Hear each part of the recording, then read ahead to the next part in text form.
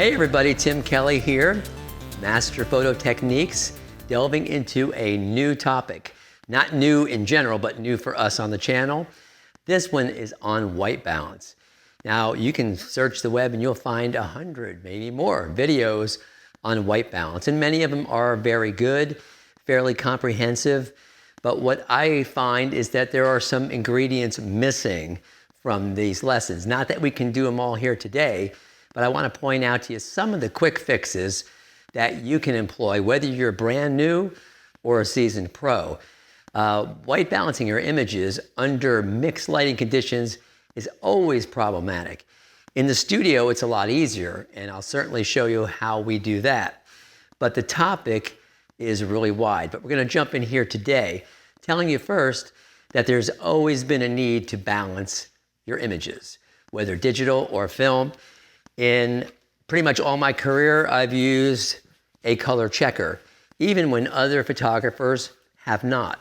I would always put this into my portrait sessions. I would waste a sheet of film photographing this because I could balance, if not by click balancing, but by visually comparing when I make a test print, I could get an accurate color by having a good white present in that shoot. So again, in the studio, not as difficult. If you're in outdoor shade and other mixed light conditions, having an image with a color checker in it will help you balance correctly. Now, there's another tool that's often used, which is this pop-up zebra. I think it was Westcott. I don't remember who has something like this. It's an elaborate white balance, elaborate gray balance, and it has black. This was really developed in the earliest days of digital cameras to appease the histogram people, the people that read exposure by histograms. Now, I did not, because there's a lot of things that can fail when you're looking at a histogram, and it's called subject failure. So imagine if you're doing a high key picture where 3/4 of the image is white, your histogram's gonna look really lopsided. Or you're spotlighting somebody in the dark, your histogram's not telling you much once again. So the zebra was made to take a picture and to balance it so it was right in the middle there of your histogram, and you would think you would have a good exposure. And generally you do. And you can get a good white balance from it as well. There are things that this will never tell you, a gray card will never tell you, a white card will never tell you, and we'll go into that in another episode. It will never tell you about the quality of your light, the softness or the specularity. It'll never tell you ratios. There's so much missing. So consider this just a good white balancing tool. And if you're so inclined to read histograms, this is a good tool for that. That's what it was really developed for. But today, we have something better that I think is so much more in-depth in creating good color, and that is the creation of a color profile. You can do this whether you're a pro, a novice, a beginner. If you want to make your printing and the things you upload to the lab look even better, why not have a great reference? Now, what I do is I shoot this color checker. This is the new one. This is the new color checker. And it's made by, it used to be Gray Tag, Macbeth. Now it is X-Rite. So you can get these things, and a lot of pros don't even use them, but they really, really should. It has on it, it has a gray card, I believe, or a white card that you can use, a mini one, right in here somewhere. You can use that little white card. I like to use the full color board. Now let me tell you what this can do. In its most simple usage, you can include it in your photographs. In other words, I'm shooting a couple outdoors in the shade, simply hold this up next to them, and when you go to produce your processed images, you can click balance white and get and apply to your whole collection. You can do it on every different pose, every different lighting scenario. But let me tell you what it really does the best. It's practically magic. It creates profiles. The software that comes with the Macbeth color checker is a profile builder. Now, profile is actually, you take a picture of this It's going to read every color swatch, and it's going to create adjustments to make every one of these colors render accurately. Something you can't do with click white balance or click gray. It's going to create a profile. And that's a little more work because you have to take the picture, you have to put it through a converter, a DNG converter that Adobe has for free. And then when you bring it into your session, you just drop this picture into the software that comes with the Passport, and it makes a camera profile. And you can name it whatever you want. I do one with every session, though I'm in the studio, so not much changes. But I can create a custom color balance, custom profile for my shoot, and everything in that shoot will come into line. If you're on a location shoot and you have many different lighting scenarios, shoot it in every one. And it's really quite easy to do, and it's very inexpensive. I think the whole system is like $129. And it fits in your pocket, it fits in your camera bag. And when you have a custom profile, your colors become instantly correct. So this is one of the tips that I want to leave you with today. And we're going to go ahead and look at the software. I'm going to take a few images now, and we're going to go ahead and then put them into the computer, into Adobe Raw, into the Macbeth or the X-Rite software, and use the profile maker, and I'll show you how easy it is. It can solve your problems from here to eternity, really, because it is making your lighting scenario balanced no matter how bad it is. So we'll step into the camera area and we'll do a little test shoot of this Macbeth, and you'll see how it works. And I'll take it outside and then again show you how you can make it work for your sessions as well. And literally, you won't have to worry about color balance if you do this. Hey, so here we are in the camera room, and we have our Macbeth. We're just going to produce a quick test shot in Camera Raw, so we have this to work with so I can show you what it will do in the studio. So I'm going to step back. I'll get one of my assistants to punch it up. We'll fix that lighting back to where it was a little bit, get it out of the way. And then, this is what we're looking for on every client. So we're ready? Boom. Kick another one in there just for yucks.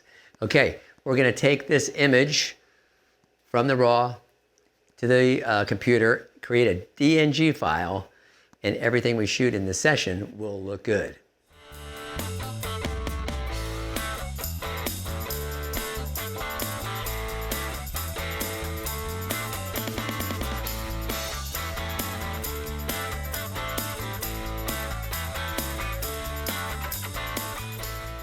All right, we are outside now, and we're going to make a test shot, little tiny mini session with the Macbeth as part of it, so you can see how this is going to make for perfect color balancing in our proof set. So I'm going to go ahead and test the light on him real quick, set up the pose, throw in the color checker, which I've got in my pocket right here. So, Andy, let's refresh the pose, take it apart, fix the shirt, cross the arms. You want to face the shade first a little more. Move your feet to do so. Then lean this way, looking out that way, chin down, eyes to me. That looks really good. Okay, so that's a reasonably good test. So I'm going to bring this over and put it in next to his flesh, as I would do with regular clients. Here we go. Okay, so you can hold it. Yeah, you can hold it for me. Right there in the light. Don't block it with your nose. Keep it down. You're good. Just don't cover any little squares. You got it? I'm going to take a shot like this. This will be our key. All right. And here we go. I'm going to zoom in on it though, best I can, because I want to zoom in on the actual Macbeth that we still call Macbeth. It's X-Rite, and that way we can produce the thing from it.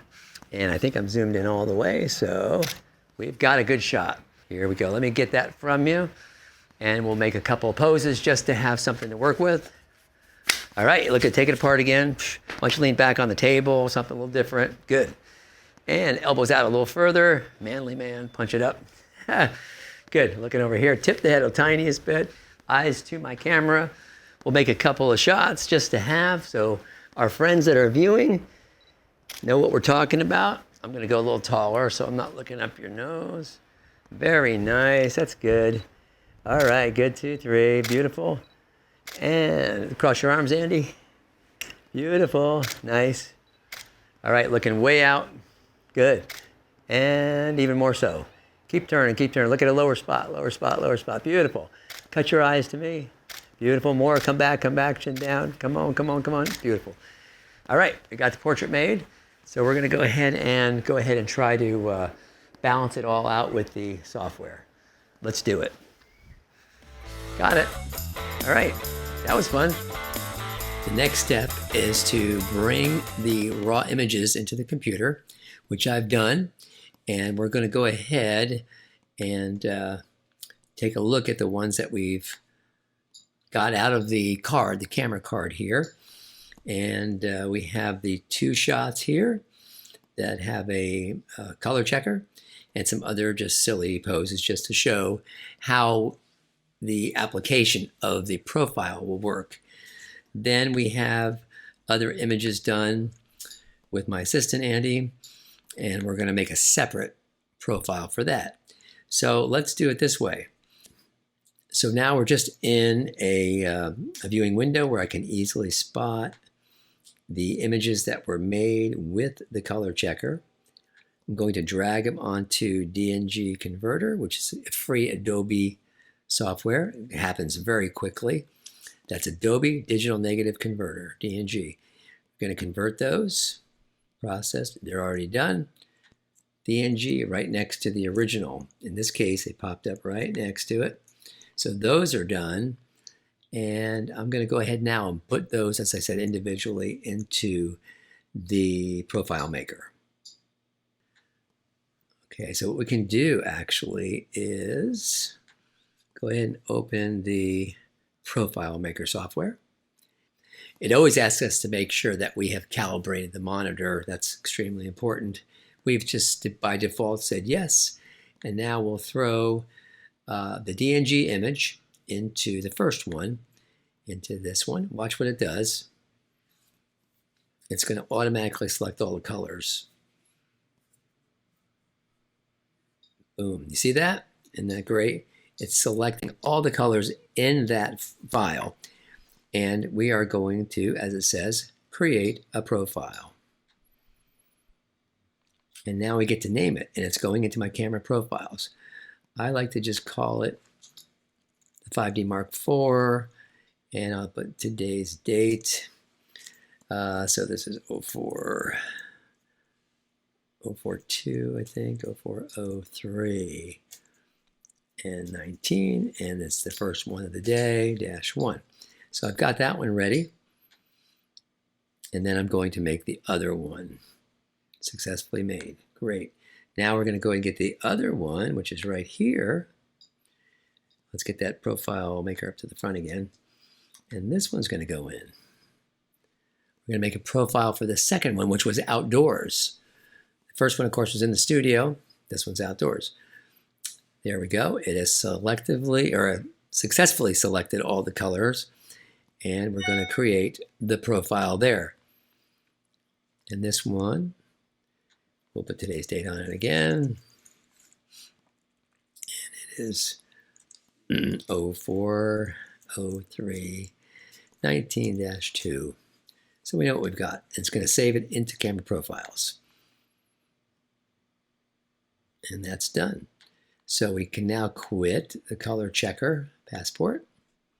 All right. So now we're going to take all of the RAWs and put them into Adobe RAW for processing, and we're going to look up the appropriate profile and apply it to all, and then do a little click white on top of that. So watch this. So now what we'll do is we'll drag all of the RAWs into Adobe RAW for processing, as I said. Select them all and just bring them into Photoshop. Being that they're raw, it'll open Adobe RAW. So there we are. And as you can tell, the color is not that great on the studio and only decent on the outdoor images. So what we're going to do is apply to just like the first section done in the studio. We're going to go ahead and just say to those, we're going to go ahead and find the appropriate profile that was made. We go over here to the profile, and we have to go to Browse to find it. Of course, that's not it. We're going to Camera Profiles right here, Profiles, and we want the number 1 for this one. So that's going to be it. And then we have to adjust with white balance. Remember, what it has done is it skewed all those colors on that clip, that chart, so that they are all really perfect. But we still have to white balance for center, and we're going to do that right now. So with the image that's on the screen and all of my poses selected, we can just go to a white balance here. We can zoom this one in if we need to. And we're going to pick, it's usually, I think, this one right here. See, if you pick a white balance that's skewed blue, it's going to go warm. If you do one that's skewed warm, it's going to go very cold. The idea is just to get the perfect white checked, all right? And usually we find that we like the middle one right there, and it does look pretty good. It will apply to all. And then we do have some density to take care of. So the last step here is we're going to white balance the whole collection, the ones that are selected here. And I believe this is the one we usually use right here that we found by trial and error. Gives us the right look for us. These are all whites, but this one gives me around a 5400 degree plus 12 magenta. Tends to be accurate for me. So you have to find your sweet spot, but shoot for the middle. It'll probably be fine and way better than anything you've had before. So now exposure-wise, I think we do have to increase the exposure overall. And I also, for me, I like to take the contrast down a couple points. Not something you have to do. I'm comfortable with 25 points or so. Here, I always like to lift my shadows up a little bit. The rest of it looks pretty good. So basically, now, all the images of mine, the very first ones, are all pretty much balanced. Okay? But now we're going to go outside, and we need to apply a different profile to that one. So let's go to the photo that has something to click white on. I'm going to go and select all of his outdoor images and get the ones down here too. Let's see, there's not that many, so I'll just click them in. But we want to be looking at the one that has the white patch so we can do a click balance. So that should be the end, I think. Yep. Okay, so for the outdoor, we have to apply a different profile. We made the profile, so we're going to go again to Profile, Adobe Color, Browse, and then down here in Profiles, we have today's number 2, and that's his outdoor profile. Now we have to click white on all these. So let's get the white and go ahead and click on it. Looks pretty nice. That's my indoor look. It's a little bit greener. I think I like this look right there. I think that looks really good. And we have to look at general exposure. Looks pretty good. Maybe raise it a hair. Contrast is pretty good. Highlights are good. Shadows can always come up a little. Now those should be ready, and we can individually, now that everything has been color balanced, go ahead and adjust the density. So this one I can take down a little bit. Next one, down a little bit. But the color, be assured, is good. And it's done. So that looks really nice. 2 of those, so what? Here we go. That looks good. That looks good. That's a tiny bit hot, but not much. Whoop, wrong thing. Temperature. Hit the wrong button there. and take the level down. And a couple more. These look pretty good. Still a tiny hot, tiny hot. So I think I'll just take these down a little bit. The color balance should be quite good. So in this case, we've got the outdoor ones balanced. The indoor ones are color balanced. I didn't really go through them that much for exposure, but let's look and see. Yeah, these are not great, of course, because I didn't take them. It's all good enough, though. That one's a little bit hotter, so we can take it down a tiny bit. And guess what we do next? We process them. So they all have an individual color balance, 2 different profiles, and we can select all and now just go ahead and save the images. That's the easy way for me to process them. It's going to go to the same location, but I'm going to go back. This will be called white balance video processed. There we go. So processing those images only takes a moment. Here we go. So as you can see down here, the 21 images are going down. So after just a minute or so, maybe 2 minutes for 20 high-res files, we're going to go ahead and open those large JPEGs and take a quick look at them. And we can put them in a browser as well. So now they're done. We'll quit out of Adobe Raw. We're done. We'll just say done. It's finished. And let's go ahead and find those processed images and put them in a viewer. So here's our white balance video processed. We're going to just throw them in a viewer here. Let's make it a little larger. And obviously they're just a little out of order. We just go to list, file name, and there we go. So let me rebuild them while we're at it. These images are now beautifully color balanced. And of course we touched up the density too as we went. So what's going to matter most to you guys really is how good the images with the color checker look for color and density. Here, they match really, really nice. So it doesn't matter what your lighting conditions are, whether they are mixed or fluorescent or open shade. You know, you get a lot of green bounced off the grass. The color checker will bring it all back to 0. And that's what we like about it. This is what we do every day with our sessions, whether they're business sessions or children's session or family session. We shoot the Macbeth, we tune the collection in the RAW before we process it, and then we have wonderful masters to work with. You just can't fix in Photoshop things that are askew, severely askew in the raw image or in your original process. This allows you to have beautiful colors of every color, and all you got to do is tweak the density and the white position. That's it. Hopefully you found this lesson to be helpful. I wanted you to know that these tools exist. The Passport, the Macbeth Color Checker, gray cards, white cards are all better than, you know, the camera's auto color balancing. It's a mistake to use that really except in an emergency.